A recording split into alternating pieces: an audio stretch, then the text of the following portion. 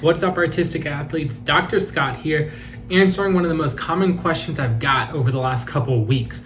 A lot of dancers like you have been asking, I know that cross training is going to be effective. I know that it's something that can help me improve my dance skills.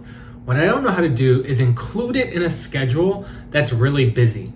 Right now we're getting up to the summer. Our dancers are going to intensives, they have summer contracts, they have workshops, master classes, and they're also trying to live a life and do other things.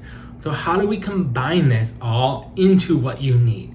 So this comes at a perfect time because in my email list, I'm sharing a story about one of our dancers who improved her turnout while working with us and the specifics of what we did with her.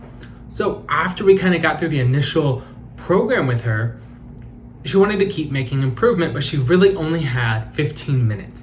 So what we did is we combined glute focus, turnout muscle focused exercises that also use other parts of her body so that she is warming up her body and feeling ready to dance. So we're including balance, upper body, core, all the things you need to be ready to get into a good dance class, but also really focusing on keeping the turnout muscles engaged and active. So I'm gonna share that with you in just a minute, but what I wanna give you is a word of caution.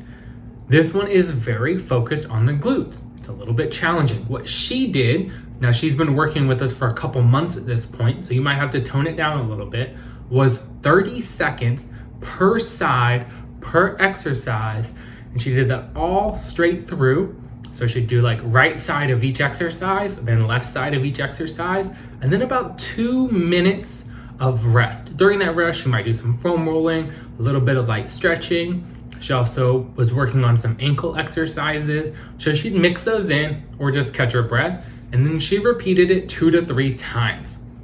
You might only do 20 seconds. You might only do 1 or 2 rounds. That's totally okay.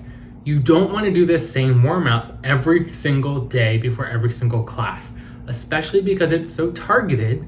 You could do light glute focused exercises in your other warm ups, but make sure you're including other muscles. We'd maybe focus on upper body control and posture, different muscles of the back, other parts of the hip and leg, ankle and Achilles work. These are other things you'd want to include in your other warm-ups. And if you're like, I don't know where to start, how do I begin including all this? That's what we're here for. So in the description below, there's a link to an in-depth email series all about the hips that can give you a great foundation on how to start working on your hips.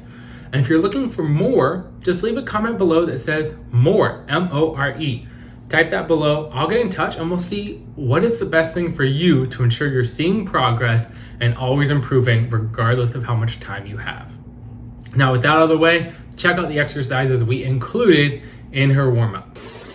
So for this first exercise, you're really focused on keeping good balance, not letting your low back arch up, so you're feeling the hips doing the work. You can do it in parallel, or you can add a little bit of turnout if it's feeling too easy for you.